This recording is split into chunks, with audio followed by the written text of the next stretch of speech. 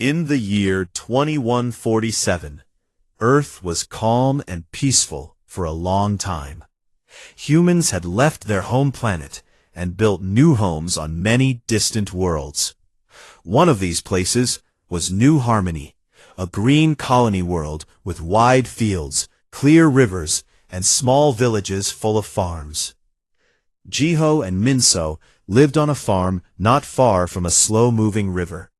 Jiho was a tall man with strong hands. Every day he worked in the fields, planting corn and fixing broken machines. Minso had a warm smile.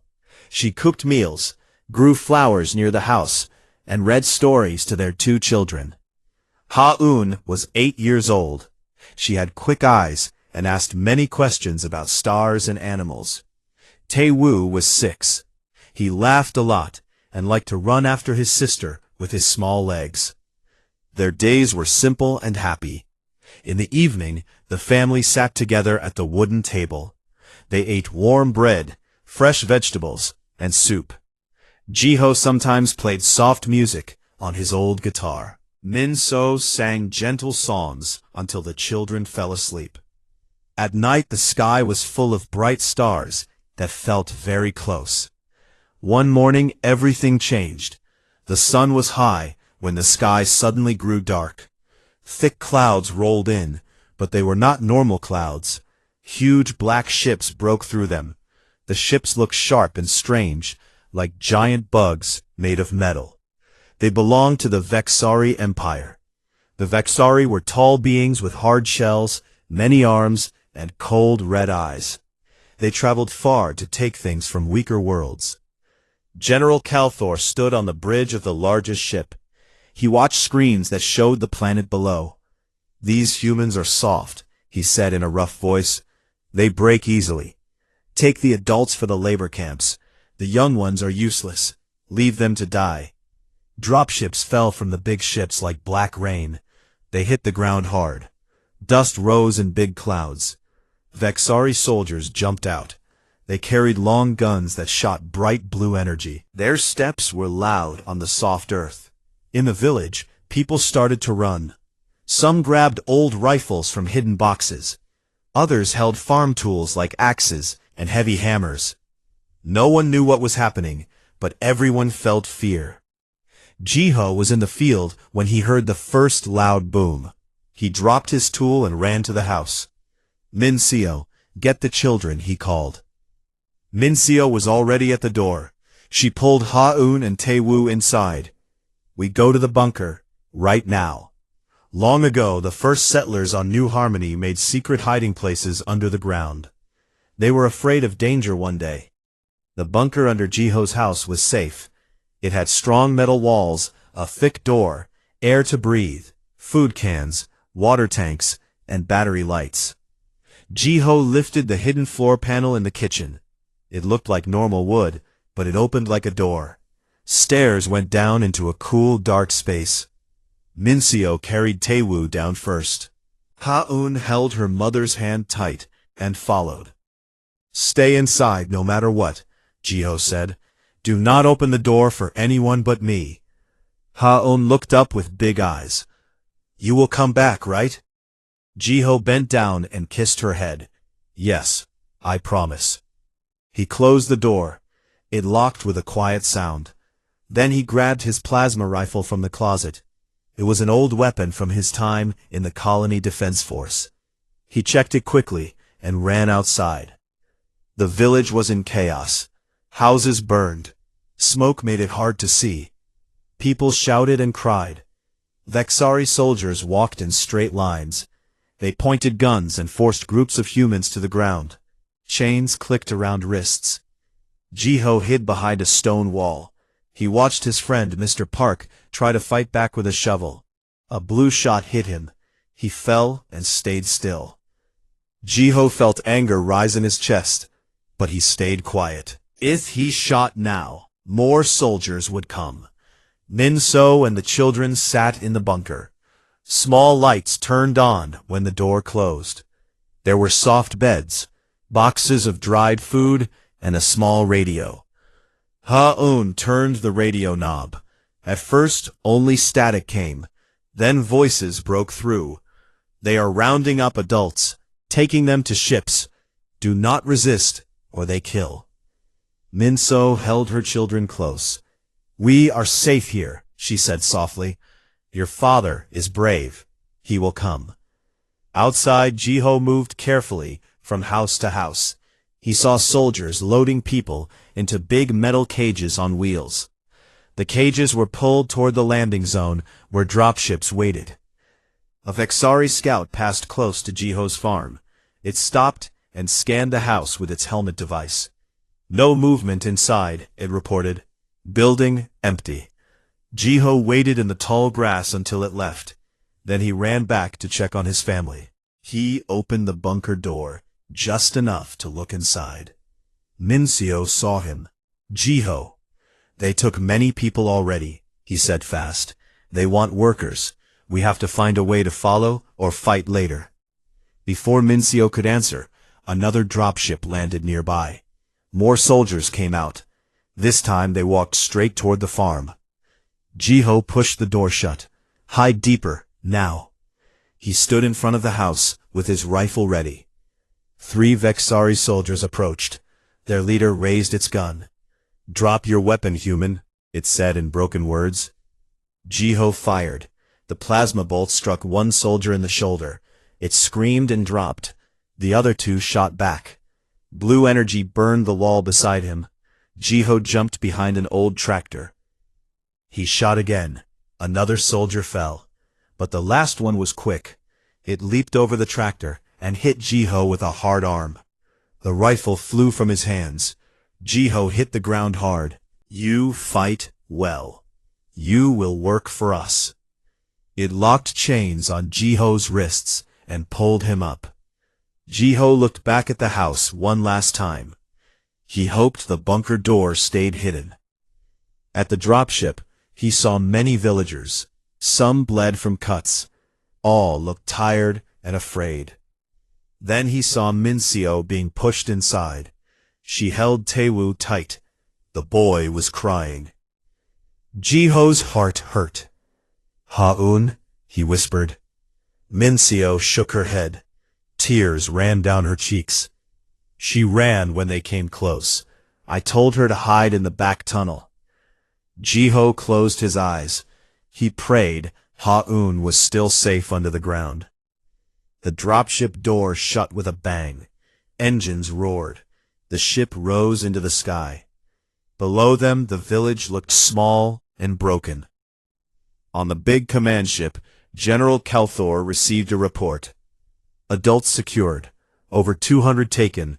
Young ones left on surface. They will not last. Kalthor clicked his mandibles. It was his way of laughing. The strong serve us. The weak disappear. He turned back to his screens. Sure, the fight was finished.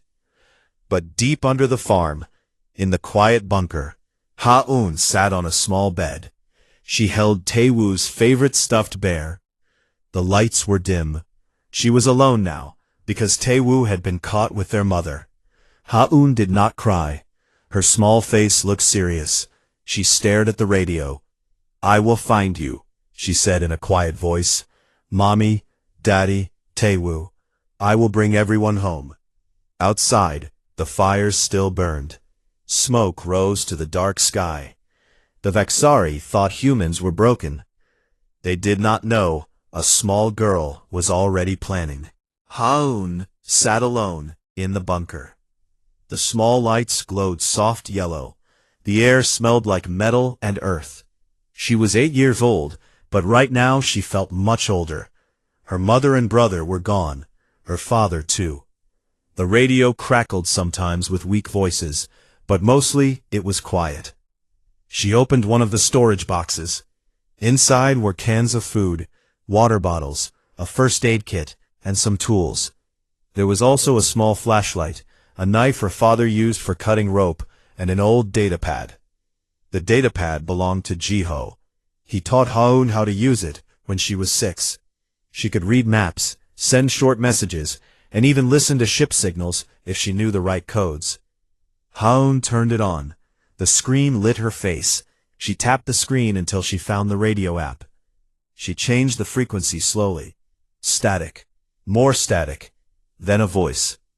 Vexari dropships leaving surface, heading to orbital station, prisoners on board. Haun's heart jumped. Orbital station. That must be where they took everyone. She listened more. Another voice came through, this one from the hidden human group. Children still in tunnels. We count 40. They are safe for now, but we need to move soon. Ha-Yun knew the tunnels. Long ago, the first people on New Harmony dug them under the fields. They connected houses, barns, even old mines. The grown-ups said it was for bad weather or attacks. Now it was for hiding from aliens. She stood up. She could not stay here forever. Her family needed her. She packed a small bag, flashlight, knife, water bottle, some food bars, and the datapad. She tied her hair back and opened the bunker door just a crack. Outside was night. Smoke still hung in the air. The village looked dark and empty. Ha-Yun slipped out. She moved low through the tall grass. She knew the way to the main tunnel entrance behind the old well. When she got there, she pushed aside a metal cover. A ladder went down. She climbed in and pulled the cover shut. The tunnel was cool and narrow. Lights along the walls were dim but working. She walked fast. After 10 minutes, she heard voices ahead. She stopped and listened. "Who's there?" a small voice asked.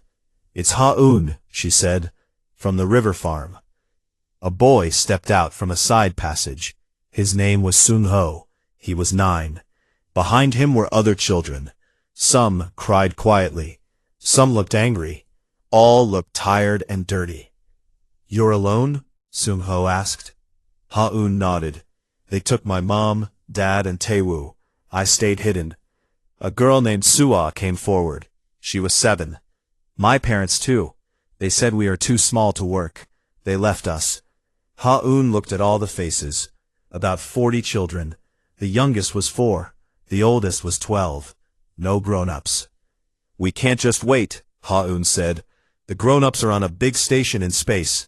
If we do nothing, they will take them far away. Or worse." The children looked at her. Some were scared. Some nodded slowly. "What can we do?" asked a boy named Min-jae. He was 10 and good with machines. Ha-Un held up the datapad. "We listen, we learn, we hit them where they don't expect." She showed them the screen. She had already found a weak signal from a Vexari supply camp not far away. The camp had fuel tanks, food crates, and small vehicles. "They think we are weak," Ha-Un said.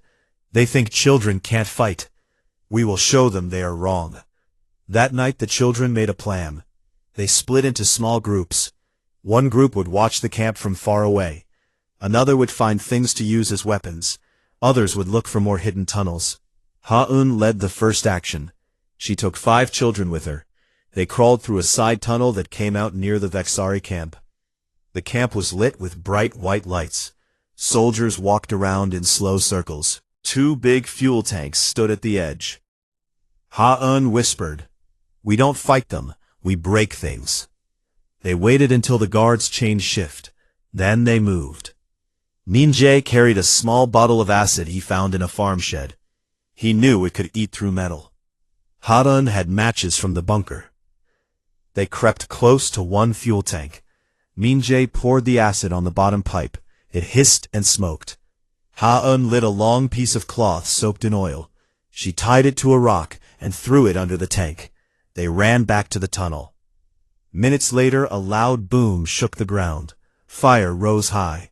The fuel tank exploded. Flames spread to the other tank. More explosions followed. Soldiers shouted. Alarms screamed. Black smoke filled the sky. The children watched from the tunnel entrance. They did not cheer. They just looked. "That was for our families," Ha-Un said quietly. Word spread fast through the tunnels. Other children heard about the explosion. They wanted to help. Soon, more small attacks happened. One group dropped rocks on a patrol path and made a soldier fall into a hole. Another group used slingshots to break lights on guard towers. A third group stole a small Vexari radio from a crashed scout bike. Ha-Un listened to the stolen radio every night. The Vexari voices sounded angry. Small explosions, sabotage, but no large force. Must be animals or broken machines. They did not believe children could do this. But General Calthor got a new report on his ship. He looked at the screen. Pictures showed the burning camp. "Who did this?" he asked. His officer clicked mandibles nervously. "Unknown, sir. No adult human seen. Tracks are small. Very small." Calthor stared. "Small tracks?" "Yes, sir. Like children." Calthor laughed. It was a hard, sharp sound. "Human children? Fighting us? Impossible. They are soft, helpless. Set more guards. It will stop." But it did not stop. The next day Ha-Un led another group. This time they found a Vexari truck full of weapons, left alone for a minute. The driver went to check a broken wheel. The children climbed in through the back. They took small energy packs and grenades. They left before the driver came back. Back in the tunnels they shared what they found. Min-jae showed them how to use the energy packs to make bright flashes that hurt eyes. Sua learned to tie knots fast for traps. Sung-ho drew maps of the camp on the tunnel wall with chalk. Ha-Un looked at the map. "They will send more soldiers soon. We need to hit harder. We need to get to space." The children stared at her. "Space?" Min-jae asked. "Yes," Ha-Un said. "There is a small scout ship on the far hill. It lands every 3 days to pick up supplies. If we take it, we can fly to the station. We can find our parents." Flying a ship sounded impossible. But Ha-Un's eyes were steady. "We are small," she said. "They don't see us as danger. That is our strength. We go where big people can't. We do things they don't expect." One by one the children nodded. "We do it," Sung-ho said. "We get them back," Sua added. Ha-Un smiled for the first time since the attack. It was small, but real. That night they prepared. They made smoke bombs from cleaning powder and matches. They practiced quiet walking. They learned signals with hand signs. Ha-Un taught them simple words in the Vexari language she heard on the radio. Words like stop, hide, run. Days passed. More attacks, more small wins. The Vexari grew angry. They burned empty houses. They searched fields. But the children stayed in the tunnels. They moved like shadows. One evening, Ha-Un sat with Taewoo's stuffed bear. She hugged it tight. "Soon, little brother," she whispered, "we are coming." Above them, the stars shone cold and bright. A Vexari scout ship landed on the hill. Its lights blinked in the dark. Ha-Un watched from a hidden spot. "Tomorrow," she said to the others. "Tomorrow we take the ship." The children looked up at the stars too. Somewhere up there, their families waited.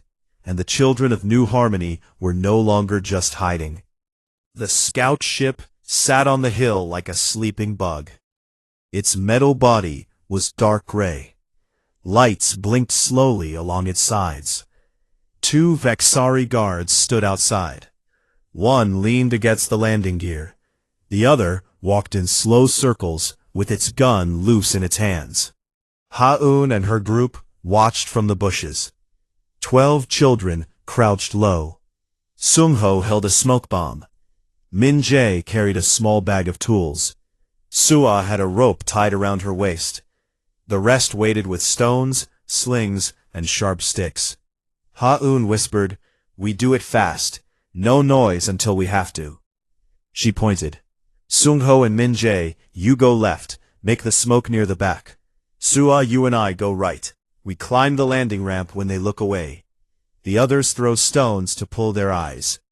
Everyone nodded. Hearts beat fast, but no one cried. Sung-ho lit the smoke bomb. It hissed softly. Thick gray smoke rolled out and drifted toward the ship. The guards turned their heads. "What is that?" one said. "Check it," the other answered. They walked toward the smoke. Their steps were heavy. Ha-hun and Sua ran low. They reached the ramp. It was open a little. Ha-hun slipped inside first. Sua followed. Inside the ship was bright. Screens glowed.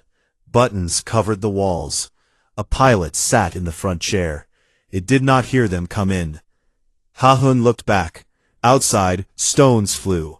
One hit a guard's helmet. It turned fast. "Attack!" it shouted. More stones came. The guards raised guns. But the children ran in different directions. They hid behind rocks and trees. Sung-ho yelled, "Now!" The rest of the children rushed the ramp. They poured inside like ants. The pilot stood up. It reached for its gun. But Ha-hun was faster. She jumped on its back and covered its eyes with her hands. Sua kicked its knee. The pilot fell. Min-jae ran to the controls. "I saw Dad fly once," he said. "This one is power. This one is lock." He pressed buttons. The ramp started to close. The guards outside banged on the door. Their guns shot blue light. The shots bumped off the metal. "Go, go!" Ha-un shouted. Min-jae pushed the lift button. The ship shook. Engines roared. Dust flew everywhere. The ship rose straight up. The guards fell back. They shot more, but the ship was too high. Inside, the children cheered quietly. They hugged each other. Some laughed. Some wiped tears. Ha-un went to the front. She looked at the stars through the window. "We did it," she said. "Now to the station." Min-jae checked the map screen. "Nexus Prime. It's big. Many levels. We need to find where they keep the prisoners." Ha-un nodded. "We listen first. Use the radio." She turned on the ship's comms. Vexari voices filled the small room. Scout ship K-17 stolen. Children on board. Impossible." Another voice laughed. "Children? You joke. Shoot it down." Ha-un's face went hard. "They know now. We have to be fast." The ship flew through space. Stars passed like streaks of light. The children ate food bars and drank water. They talked in low voices. They told stories about their parents, about home. It made them strong. After many hours, Nexus Prime appeared on the screen. It was huge, round like a wheel. Lights glowed from every side. Ships came and went. It looked like a city in space. Min-jae found a small docking bay on the lower level. "It's for supply ships, not many guards. We can hide there." Ha-un agreed. "Land quiet. Then we go inside." The ship moved slow. It docked with a soft bump. The ramp opened. Cold air came in. The children stepped out. The bay was dark and full of crates. No one was there. They split up, small groups. Ha-un took 5 with her. They moved through narrow service corridors. The walls were metal. Pipes ran along the ceiling. The children were small enough to crawl where adults could not go. They found a vent. Ha-un opened it. They climbed in. The vent was tight but clean. They crawled forward. Below them they heard voices. "Keep moving, humans. Work or die." Ha-un stopped. She looked down through a grate. A long room full of people. They wore dirty clothes, chains on ankles. They pushed heavy carts. Guards walked among them with electric sticks. Ha-un saw her mother. Min-so pushed a cart. Her face looked tired. Her hair was messy. Tae-woo walked beside her. He held her hand. He looked smaller than before. Ha-un's eyes filled with tears. She bit her lip so she would not cry out. She whispered to the others, "I see them, my mom and brother." The other children looked too. Some saw their own families. Faces lit up, then went serious again. "We free them," Ha-un said. "But not yet. We need more help." They crawled back. In the docking bay they met the other groups. Everyone had news. One group found armory keys in a guard room. Another found a map of the station. A third saw a control room with few guards. Ha-un listened to all. Then she spoke. We do three things. First, we take tools and make weapons. Second, we cut power to some parts so guards can't see. Third, we open the pens quietly. Then everyone fights. The children worked fast. They stole small tools, screwdrivers, wires, cutters. Min-jae used them to make flash devices from energy packs. Sua made ropes from torn cloth. Sung-ho practiced throwing smoke bombs. At night, when the station lights dimmed, they moved again. Ha-eun led a team to the power room. They crawled through vents. Guards sat at desks, half asleep. The children waited. When one guard left, they slipped in. Min-jae found the main panel. He pulled wires. Lights in some halls went dark. Alarms did not sound. He smiled. They won't know for a while. Another team went to the prisoner pens. They used cutters to break small locks on side doors. They whispered to the adults inside. Children are here. Get ready. We fight soon. The adults stared. Then they smiled. They passed the word quietly. Ji-ho was in a dark cell with other men. He heard the whispers. Children? He said. A man next to him nodded. They say a girl leads them. Brave one. Ji-ho's heart jumped. Ha-eun. He stood up. His chains rattled. He looked stronger already. Min-seo heard too. She held Tae-woo close. Your sister is coming, she whispered. Tae-woo smiled big. Ha-eun? Yes, and she brought friends. Back in the vents, Ha-eun heard her father's voice through a grate. She almost cried out, but she stayed quiet. She turned to her group. It's time. They moved to the main pen. Guards walked past. It heard something. It looked up. Ha-eun gave the sign. Smoke bombs flew. Gray clouds filled the hall. Guards coughed. They waved guns blind. Children dropped from vents. They ran to the pen doors. They cut chains. Adults grabbed tools from carts, hammers, wrenches, metal bars. The fight started. Adults and children together. They hit guards. They took guns. Blue shots lit the dark. But humans were many now. They pushed forward. Ji-ho broke free. He ran through smoke. He found Min-seo and Tae-woo. They hugged tight. Where is Ha-eun? He asked. Min-seo pointed. There. Ha-eun stood on a crate. She directed children to new doors. Her face was dirty. Her eyes were bright. Ji-ho ran to her. He lifted her high. My girl. Ha-eun hugged him hard. Dad. Min-seo and Tae-woo joined. The family held each other in the middle of the fight. But it was not over. Alarms screamed now. General Calthor watched from his far ship. Screens showed chaos. Children? He said. His voice shook a little. How? He leaned closer. He saw tiny figures moving fast, adults following them. The station shook with explosions. Calthor clicked his mandibles. Lock it down. Kill them all. But the humans were free now, and they were angry. Ha-eun looked up at her family. We have to keep going. We take the station. Ji-ho nodded. Together. The fight grew bigger. Lights flashed. Guns roared. Children ran through vents. Adults held lines. Nexus Prime was falling, and it started with one small girl who refused to hide. The alarms on Nexus Prime screamed loud and long. Red lights flashed in every hall. Metal doors slammed shut. Guards ran with guns ready, but the humans did not stop. Smoke filled the air from small explosions. Children darted through vents like mice. Adults swung heavy tools at guards. Blue energy shots lit up the dark. Some humans fell, but more kept coming. General Calthor stood on the bridge of his flagship. He watched many screens. One showed the labor deck. Another showed the power rooms. A third showed the main prison halls. All showed chaos. Tiny figures moved fast on the screens. They climbed walls. They dropped from ceilings. They threw things that made smoke or bright flashes. Guards tried to shoot, but the small ones were too quick. Calthor's mandibles clicked fast. What are these things? He asked. An officer answered in a low voice. They are human children, sir. The reports were true. Calthor turned his head sharp. You tell me children did this. The officer pointed to a screen. It showed Ha-Un on top of a crate. She pointed and shouted orders. Other children ran to follow her. Adults behind her held guns they took from guards. Calthor stared. His red eyes grew wide. Impossible. They are small, weak, not trained. But the screen did not lie. A group of children ran into a guard post.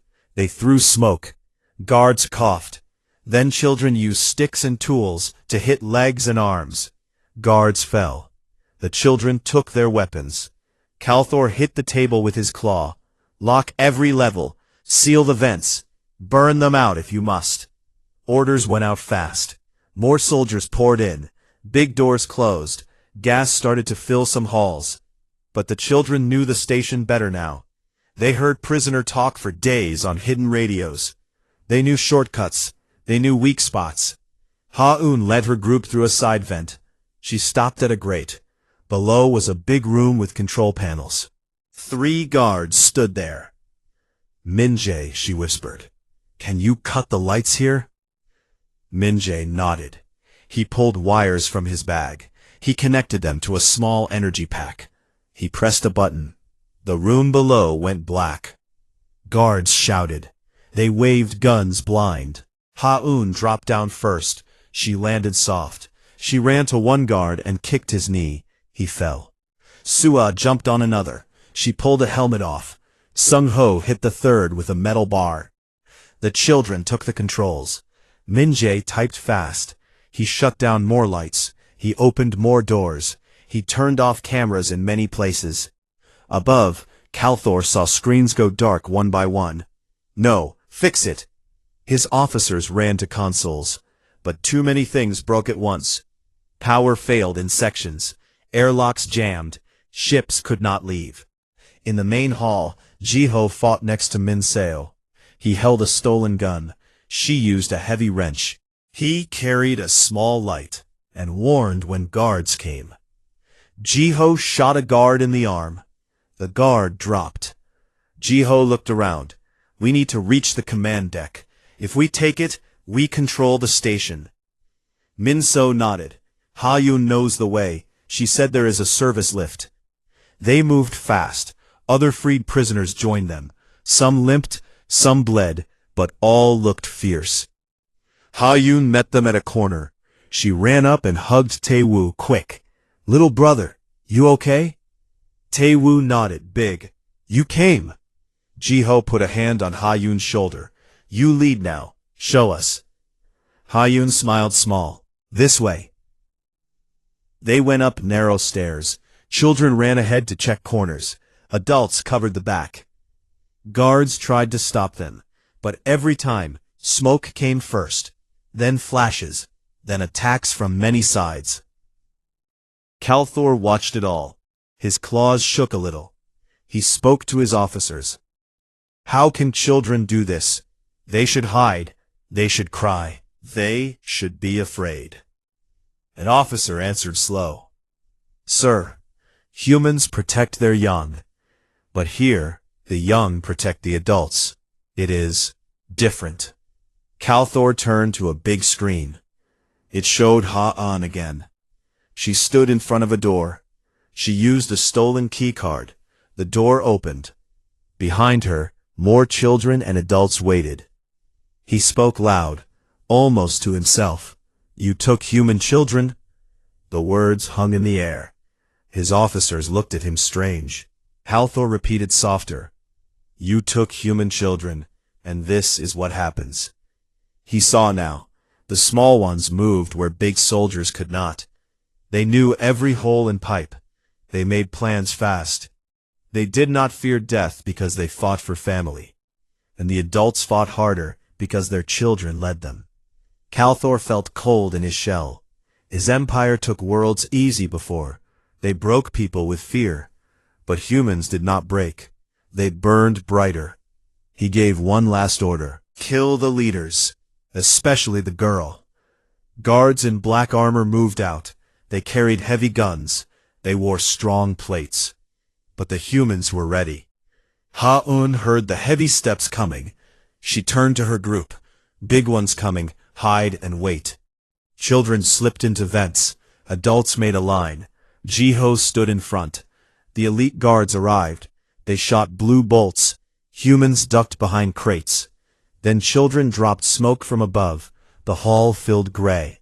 Guards could not see. Humans rushed. Jiho hit one in the head with his gun. Mincio tripped another. Children came from sides. They climbed legs. They pulled pins from grenades on belts. Explosions rocked the hall. Guards fell. The rest ran back. Ha-Un came out. Keep moving. Command deck is close. They pushed on. More fights. More winds. The station shook. Lights flickered. Air grew thin in some parts. Calthor stood alone now. His officers ran. Or died. He looked at the last working screen. Ha-Un's face filled it. She looked straight at a camera. Her eyes were steady. She spoke loud. We have your station. Leave our people alone, or we take more. Calthor's mandibles trembled. He felt panic real for the first time. His great plan broke because of children. Small, soft, human children. He hit the evac button. All ships, leave now. Abandon Nexus Prime. But many ships could not. Power was gone. Docks jammed. Some tried to fly. They crashed into each other. On the station, humans cheered. They hugged. They cried happy tears. Jiho lifted Ha-Un on his shoulders. Minso held Taewoo. The family walked through broken halls. Around them, people sang old songs from Earth. Ha-Un looked up at the stars through a cracked window. We did it, she said. Jiho kissed her head. You did it. But Calthor's voice came over the speakers. It sounded different now. Not strong, not angry, scared. Humans, you win this. But you took something from me too. My certainty, my control. No one answered. The general turned off his mic. He sat in his chair. He stared at the burning station. He whispered one last time. You took human children, and they took everything. Outside, stolen ships flew away. Humans piloted them. Children sat in seats meant for soldiers. They laughed and pointed at stars. Nexus Prime broke apart slow. Pieces floated in space like broken toys. The humans were free, and the galaxy started to learn a new truth. Never take human children, because when you do, the parents become fire. The command deck of Nexus Prime was quiet now. Broken screens sparked. Smoke drifted from cracked panels. Bodies of Vexari guards lay still on the floor. Humans stood everywhere. Some held guns. Some leaned on tools like sticks. Children sat on crates. They looked tired, but proud. Ha-Un stood in the middle. Her clothes were torn. Her face had black marks from smoke. But her eyes shone bright. She looked at the big window. Stars moved slow outside. Pieces of the station floated like snow. Jiho walked up. He put his hand on her shoulder. You did this, Ha-Un. All of it. She shook her head. We all did. Everyone. Minso came next. She carried Taewoo on her hip. The boy looked around with wide eyes. Is it over? He asked. Ha-Un smiled at him. Almost, little brother. A man named Mr. Kim stepped forward. He was old and had a cut on his arm. We have control of the main systems. Power is low, but we can send a message. Send it wide. To every ship. To Earth. To all colonies. Mr. Kim went to a console. He pressed buttons. A red light blinked. Then a speaker hummed. Ha-Un stepped close to the mic. Her voice was small but clear. She spoke slow, so everyone could understand. This is Ha-Un from New Harmony. We are free. Nexus Prime is ours. Vexari, you came to take us. You took our parents. You left us behind. But we came back. We took your station. We took your plans. Leave our families alone. Next time, we will not be so nice. She stopped. The words went out on every frequency. Ships far away would hear, planets would hear, even Earth would hear. Silence followed. Then cheers rose, loud and happy. People hugged, children jumped. Tae-woo clapped his hands. Ji-ho lifted Ha-eun again. He spun her once. She laughed for the first time in days. Min-seo wiped tears. My brave girl. They moved to the escape ships. Many Vexari ships still docked. Humans took them one by one. Pilots who knew how sat in front seats. Children sat behind. They watched screens with wonder. One ship was ready first. Ji-ho, Min-seo, Ha-eun, and Tae-woo climbed in. Other families followed. The ramp closed. Engines started with a low hum. The ship pulled away from the broken station. Nexus Prime looked smaller now. Fires burned on its sides. Big pieces broke off and drifted. Inside the ship, Ha-eun sat by the window. Tae-woo leaned on her. Look, she said. Stars. Tae-woo pointed. Pretty. Min-seo sat next to Ji-ho. She held his hand. We are going home. Ji-ho nodded. Yes, home. Far away, on the Vexari flagship, General Calthor sat alone. His bridge was empty. Officers had fled or died. Lights were dim. He stared at the main screen. It showed his broken station. Small human ships flew away like birds. He touched a button. A recording played. Ha-eun's voice filled the room again. Leave our families alone. Next time, we will not be so nice. Calthor's mandibles shook. He felt something new. Not anger, not hate. Fear. Real fear. He spoke to no one. They were children, just children. He remembered his orders. Take the adults, leave the young. Easy victory, but the young did not stay left. They came, they fought, they won. He looked at his claws. They felt weak now. Humans, he whispered. Never again. He gave the order to retreat. The flagship turned slow. Engines glowed. It moved away from the wreck. Other Vexari ships followed. They left fast. No one looked back. On the human ships, people talked. They planned. They laughed. They told stories about the children who saved them. Ha-eun listened to it all. She held Tae-woo's stuffed bear. It was dirty now, but still soft. A pilot called from the front. We can land soon. Everyone grew quiet. Happy quiet. The ship entered the atmosphere. Clouds parted. Green fields appeared. The river sparkled under the sun. The village looked hurt. Burned houses, black ground, but the sky was blue again. The ship landed soft on a flat field. The ramp opened. Fresh air came in. Smell of grass and earth. People stepped out. Some cried. Some ran to old homes.